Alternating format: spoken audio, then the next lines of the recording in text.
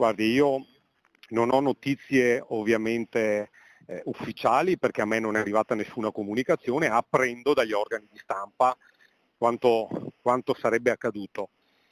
Sarebbe abbastanza incredibile, no, che ormai le raccomandate si mandano a mezzo stampa. Però vabbè, vedremo nei prossimi giorni se tale cosa è vero, cosa avranno scritto nel provvedimento.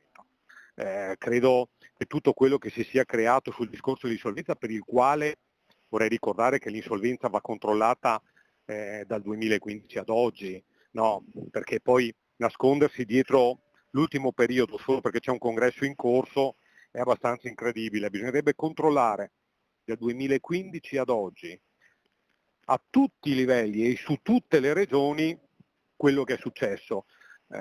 Io ricordo benissimo, insomma, ho sempre pagato tutto e anche di più, e ricordo benissimo che questa storia girava anche negli anni passati, però non è mai stato fatto nulla. Oggi viene presa in campo questa cosa e molto probabilmente io sono il capro espiatorio perché io ho dichiarato apertamente che tutto ciò che è da versare verrà versato nel momento in cui questo partito si dà delle regole di trasparenza e democrazia, cose che se tale notizia fosse vera smentirebbero la mia speranza, insomma, ecco. Io credo che questo sarebbe un provvedimento ascrivibile al congresso che si deve fare. Mi par di capire, insomma, che chi sta scrivendo le regole per il congresso è lo stesso che poi si deve candidare. Lei ha mai visto una cosa del genere?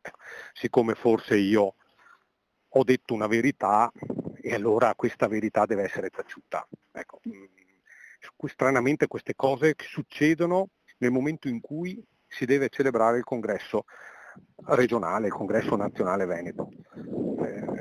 Non è un caso.